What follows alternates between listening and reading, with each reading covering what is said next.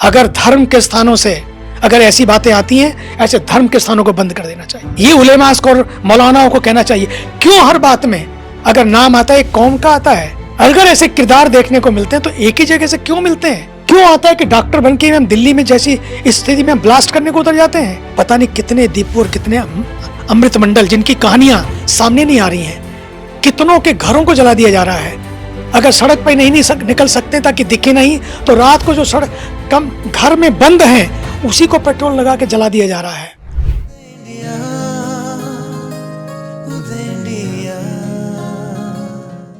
स्वामी जी, आपने बात कही यमुना सफाई को लेकर जो है 28 तारीख को प्रोग्राम हो रहे हैं और तमाम तरीके की जो गुरुकुल को खोलने की आप बात कर रहे हैं। साथ ही मेरा जो प्रश्न है मुख्य, आप आरती की बात कर रहे हैं।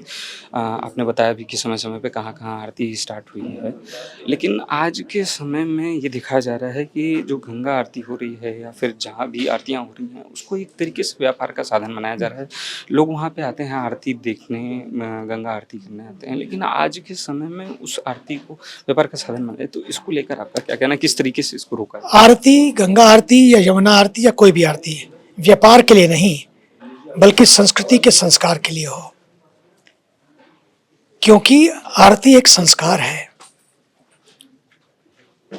आरती प्रतिस्पर्धा के लिए नहीं बल्कि श्रद्धा के साथ हो, हर तट पर हो, हर घाट पे हो, हर घट पे हो, हर घर में हो, सबको जुड़ना है, सबको जोड़ना है।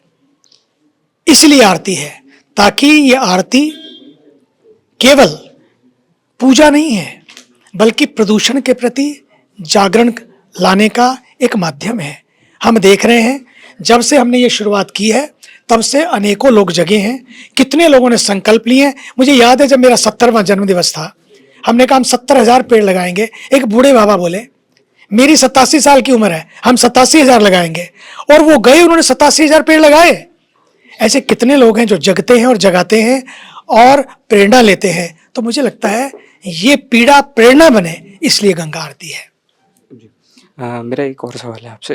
इस वक्त बांग्लादेश में लगातार हिंदुओं पे जो है हमला किया जा रहा है, पहले दीपू दास, फिर अब अमृत मंडल पे इस तरीके के हमले और तमाम और भी जो है घटनाएं हैं जो सामने नहीं आई हैं लेकिन हो रही हैं, लगातार हो रही हैं इस बड़े पैमाने पे। तो इसको लेकर आपका क्या कहना, और इस पर लगातार जो है राजनीति भी हो रही है, इसको मुझे लेकर बड़ी पीड़ा है कि ये जो बांग्लादेश में हो रहा है, सिर शर्म से झुक जाता है। यार कैसी इंसानियत है, कैसी इंसानियत है। नाम धर्म का और काम नफरत का। Amazing, I can't believe it, it really hurts. मैं उन लोगों से कहना चाहूंगा, ना ये इस्लाम है, ना ये कुरान है, ना ये सच्चे मुसलमान का धर्म है। हमें धर्म के नाम पर नफरत को नहीं फैलाना है। नफरत से कभी किसी का नफा नहीं होता और मोहब्बत में कभी किसी का नुकसान नहीं होता। सच्ची बात है ये। इसलिए ये मानवता के नाम पे कलंक है। मैंने अभी कहा कि धरती की खूबसूरती इंसानों से है, इंसानों की खूबसूरती इंसानियत से है, लेकिन इंसानियत, उसी इंसानियत को आज इन्होंने शर्मसार किया है।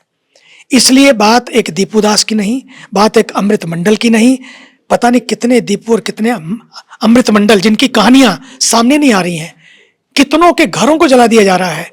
अगर सड़क पर नहीं निकल सकते ताकि दिखे नहीं, तो रात को जो सड़क कम घर में बंद हैं उसी को पेट्रोल लगा के जला दिया जा रहा है। ये कैसा शासन है, ये कैसी व्यवस्था है? कहाँ है वो झंडा बरदार ह्यूमन राइट्स वाले, झंडे लिए फिरते रहे? आज ये टाइम आया है, यूनाइटेड नेशंस हो या फिर ह्यूमन राइट्स के नाम पर वो झंडे उठाने वाले लोग हों, आज सामने आए और कहें ये मानवता के नाम पे कलंक है और मानवता को शर्मसार करने वाली यदि कोई घटना है, एक जवान को जिंदा जला देना, एक उस मां और उस परिवार को उजाड़ देना। सोचिए तो सही, क्या बीतती होगी, क्या बीतती होगी और कैसे बीतती होगी। कैसे कैसे कांड हुए हैं, मैं आपको क्या बताऊं।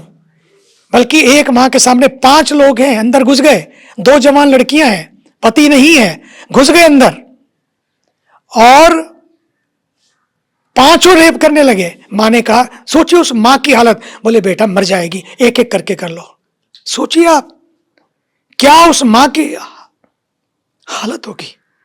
जिस माँ को अपने सामने अपनी बेटी का रेप करते हुए ये कहना पड़े मर जाएगी, 5 इकट्ठे मत करो, एक एक करके करो ताकि मरे नहीं वो। ये तो नहीं कहते काला मुंह करो, उसको ही मार देते हैं।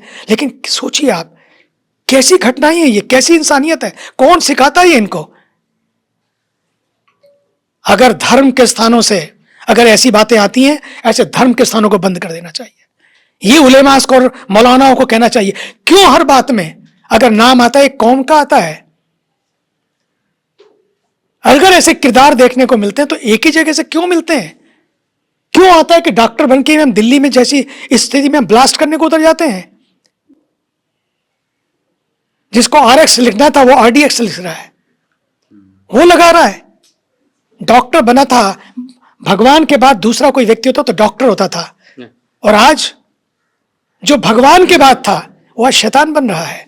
डॉक्टर सच में भगवान के बाद कहते हैं ये तो हमारे भगवान है। हमें ये सोचना चाहिए, मैं सबको सम्मान करता हूं, मैं तो कहता हूं worship your own and respect all, लेकिन इसके साथ साथ ये भी होना चाहिए, ना ये इबादत है, ना ये बंदगी है, ना ये पूजा है, ये केवल गंदगी है। इस तरह के प्रदूषण को बंद होना चाहिए। इस तरह की मॉब लिंचिंग को, चाहे कहीं भी हो, कोई भी हो, इसको बंद किया जाना चाहिए। धन्यवाद, बात करने के लिए बहुत धन्यवाद।